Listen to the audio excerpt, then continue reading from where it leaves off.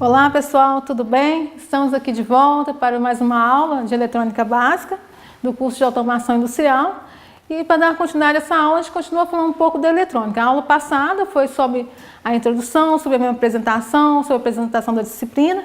E agora a gente vai iniciar a matéria, a disciplina de eletrônica básica. Bem, a eletrônica em geral, a eletrônica é uma ramificação, igual eu disse anteriormente, da elétrica, onde procura-se armazenar e controlar a tensão e corrente. Bem, a eletrônica precisa, nos dispositivos utilizados na eletrônica, precisa de tensão e corrente controlada. Por isso que utiliza o diodo como semicondutor para controlar tensão e corrente. Bem, a eletrônica está ao nosso redor em tudo que nós utilizamos, nos telefones, nas TVs, nos vários dispositivos eletrônicos que estão na nossa casa, a gente possui eletrônica. Mas o que é, falar um pouco da eletrônica, a gente tem que voltar lá na matéria. O que é a matéria? Não é tudo que ocupa lugar no espaço? Sim, é tudo que ocupa lugar no espaço. E a estrutura do átomo? O átomo é constituído de prótons, elétrons e nêutrons. Bem, os prótons são as cargas positivas, ficam próximos ao núcleo. Os elétrons são as cargas negativas, que ficam ao redor do núcleo. E os elétrons ficam em órbita, ao redor do núcleo, podendo desenvolver até 7 camadas ao redor do núcleo. Bem, os átomos constituem a matéria. Por isso que eu perguntei o que é a matéria. Os átomos constituem a matéria. E a matéria, os átomos são formados de elétrons, nêutrons e prótons. Para que o átomo esteja em equilíbrio, o número de elétrons e prótons tem que ser o mesmo para se manter em equilíbrio. A estrutura do átomo, igual eu disse, é formada de nêutrons, prótons e elétrons. E como vocês estão vendo nos slides que eu deixei na plataforma, vocês conseguem visualizar através das figuras mostradas aí nos slides. Bem, as camadas em torno do núcleo, formadas pelos elétrons, podem ser até 7 camadas. E a última camada é denominada camada de valência, conforme está aqui no slide que vocês estão vendo aí no vídeo. Bem, eu estou falando de material semicondutor, mas não sei bem o que é o material semicondutor.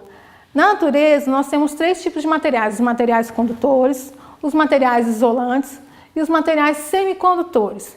Bem, os materiais condutores são aqueles materiais que têm a facilidade de a passagem do fluxo de corrente, são materiais que se deixam conduzir corrente.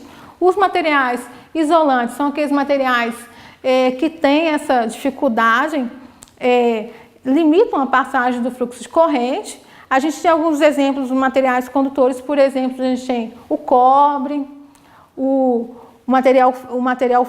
as ligas de ferro, os materiais de ferro também são bons condutores. Agora, os materiais isolantes, a gente tem a borracha, a madeira seca, a cerâmica, igual está aqui mostrado nos slides. Já os materiais semicondutores, eles têm propriedades de materiais condutores e propriedades isolantes, eles ficam no meio termo. Vou mostrar nos próximos slides para vocês. Bem, aqui a gente está vendo os materiais condutores, aqui também tem essa bobina de material condutor, que é o material cobre, muito utilizado em instalações elétricas. E aqui a gente tem os semicondutores, igual eu disse, tem essas propriedades de condutores isolantes, mas na natureza nós temos 2 tipos de materiais semicondutores, o silício e o germânio.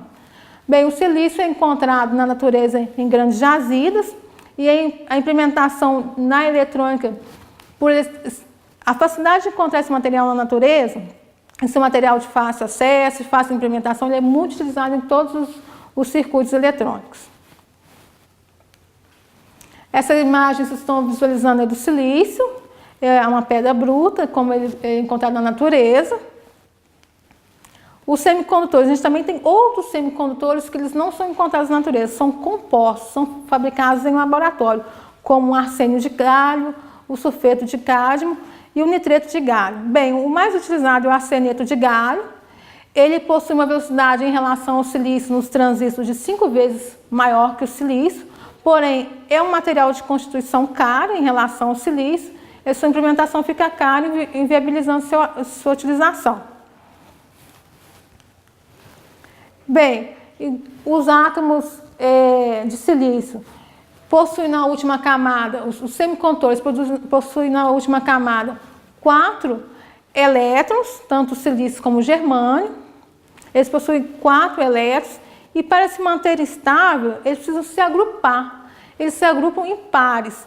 Esse agrupamento é feito através da ligação covalente. Essa ligação covalente, ele se agrupa formando um cristal, conforme está a figura aqui no slide 22. Bem, os semicondutores, eles, para ficarem estáveis, formam ligações covalentes de pares em pares, formando um cristal. Esse cristal, com a temperatura mais baixa, ele é um isolante. A temperatura ambiente, ele começa a conduzir. Como que ele conduz? Que ele perde essas ligações covalentes e começa a ter elétrons livres e lacunas. Elétrons livres e lacunas se unem, formando a condução da corrente.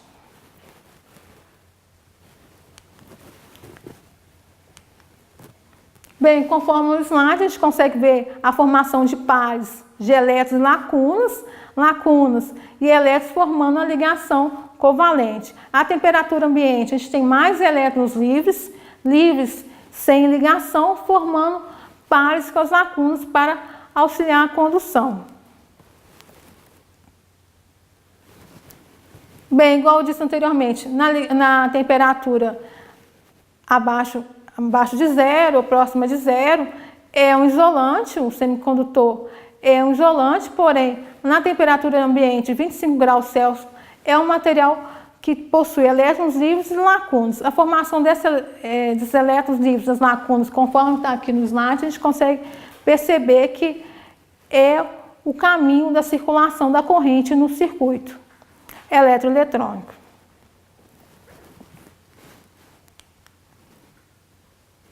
Bem, o movimento dos elétrons lacunas forma a circulação da corrente em um semicondutor, dentro de um circuito eletrônico. Bem, pessoal, por hoje é só. Até a próxima aula, onde nós vamos ter a continuidade dessa disciplina, dessa parte teórica, onde nós estamos descrevendo sobre a introdução dos semicondutores, até falar um pouco mais do diodo. Até mais!